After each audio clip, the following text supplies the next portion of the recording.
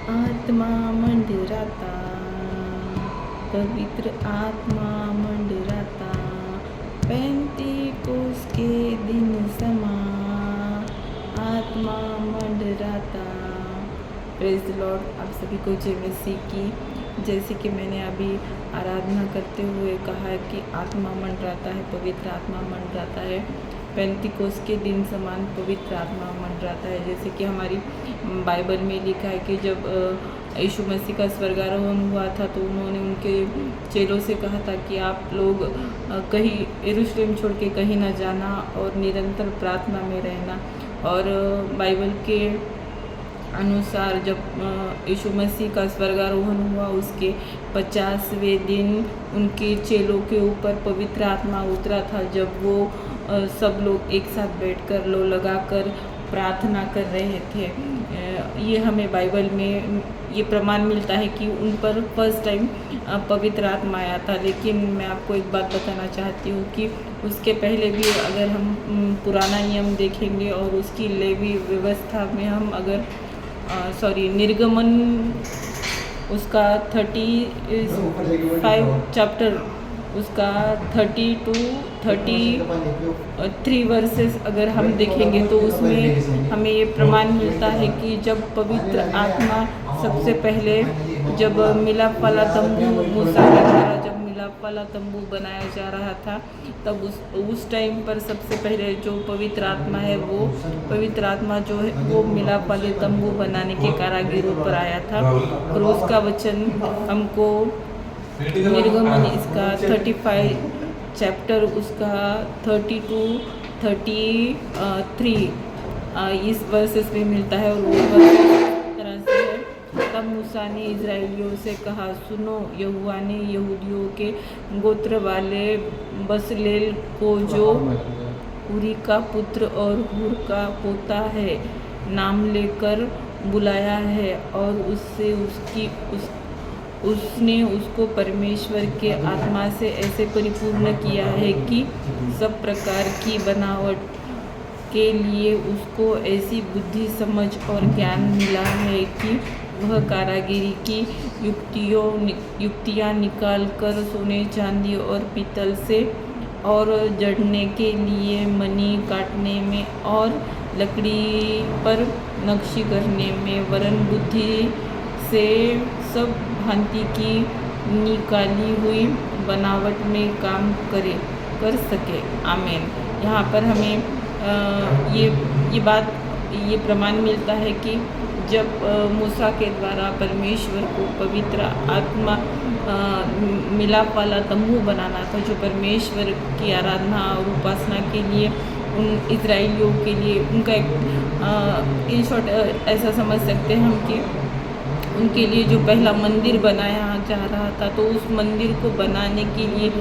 जो कारागिर लग रहे थे, क्योंकि तब कंस्ट्रक्शन नहीं था, डेवलप नहीं हुआ था, तब तो कंस्ट्रक्शन नहीं था, तो जो मिलाप वाला तंबू था वो कपड़े का बनाया जाता था और उसमें लकड़ी और सोने चांदी और जो मेटल्स वगैरह है उसका यूज़ करते थे उसमें। तो वो सब मिला के जो मिलाप वाला तंबू जो तंबू बनाना था वो तंबू बनाने के लिए भी परमेश्वर ने कुछ लोगों को चुना था और उन चुने हुए लोगों को परमेश्वर ने पहले अपने पवित्र आत्मा से भरा, उन पर पवित्र आत्मा दिया और उन पवित्र आत्मा के द्वारा उस पवित्र आत्मा के प्रोसेस में उस पवित्र आत्मा के अंडर में उन लोगों ने वो मिलाप वाले तंबू का जो काम उन्हें दिया गया था वो किया था। और ये सारा काम उनको उनकी बुद्धि से नहीं वरन पवित्र आत्मा के द्वारा दिया गया था। और हमें भी हर एक काम जो है वो पवित्र आत्मा से परिपूर्ण होकर करना है। जैसे जो भी कुछ हम करते हैं, कोई भी सेवकाई करते हैं, ऐसे ही नहीं, ये बात बिल्कुल मैं नहीं मानती कि अगर आपको पुलपिट पे खड़े रह के गाना गाना है, आराधना करनी है या वचन सुनाना है या आपको बाइबल की कोई शिक्षा देनी है तो ही आप पवित्र आत्मा से भरे होने चाहिए। जिन्हें ऐसे बिल्कुल कोई बात नहीं। यहाँ परमेश्वर ने बताया है कि अगर मेरे पुलपिट के सामने खड़ा होकर अगर कोई पवित्र आत्मा की बातें पवित्र आत्मा से भर के करता है तो वो पुलपिट बनाने वाला भी पवित्र आत्मा से भरा ही होना चाहिए और पवित्र आत्मा से परिपूर्ण होकर वो पुलपिट भी जो जहाँ पर दास खड़े होते हैं हमारे या जो सेवक होते हैं वो खड़े होते हैं वो पुलपिट भी परमेश्वर के पवित्र आत्मा के द्वारा ही बनाया गया और उसका ये बहुत सुंदर सा उदाहरण यहाँ पे है। और मैं इस उदाहरण से ये आपको कहना चाहती हूँ कि आप चाहे जो सेवकाई करते हो ये ज़रूरी नहीं कि आप पुलपिट के सामने खड़े होकर आराधना कर रहे हो, वचन सुना रहे हो या आपकी गवाही दे रहे हो, यही नहीं। अगर आप अपनी कलीसिया में या आपकी मिनिस्ट्री में आप कोई भी काम कर रहे हो तो वो जो भी काम है वो आपको परमेश्वर के अनुग्रह से पवित्र आत्मा से परिपूर्ण होकर करना चाहिए और इसके लिए आपको निरंतर प्रार्थना करनी चाहिए, निरंतर आपको वचन पढ़ने चाहिए, निरंतर आपको परमेश्वर से एक अपना गहरा संबंध बनाना चाहिए और आपको हर वो काम आपको पवित्र आत्मा से परिपूर्ण होके करना चाहिए। अगर हमारे पास पवित्र आत्मा नहीं, हमारे पास सब है, नॉलेज है या हम बहुत अच्छी ट्रिक इस्तेमाल कर सकते हैं, तो ऐसा नहीं है। हमें जब हम मसीह है तो हमें हर एक काम जो है वो पवित्र आत्मा से परिपूर्ण होके करना है और पवित्र आत्मा के द्वारा पवित्र आत्मा के अगुवाई से करना है, ना कि हमारे मन से कि मुझे लगा तो मैंने ये किया या मुझे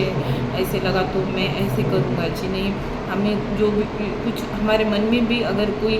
विचार आता है कि मुझे ये करना है तो पहले हमें प्रार्थना करनी चाहिए, परमेश्वर से पूछना चाहिए, पवित्र आत्मा से पवित्र आत्मा की अगुवाई हमें परमेश्वर से लेनी चाहिए और उसके बाद वो काम हमें करना चाहिए। कोई भी छोटा से छोटा भी काम क्यों ना हो, अगर आप कोई मेज़ बिछाते हो आपके चर्च में या आप कोई चप्पल जूते उठाते हो या झाड़ू लगाते हो या आप कोई खाना बनाते हो या परोसते हो, तो इन सभी बातों के लिए आपको परमेश्वर की अगुवाई से आपको परिपूर्ण होके ये आपको परमेश्वर से मांगना चाहिए। धन्यवाद। प्रेज़।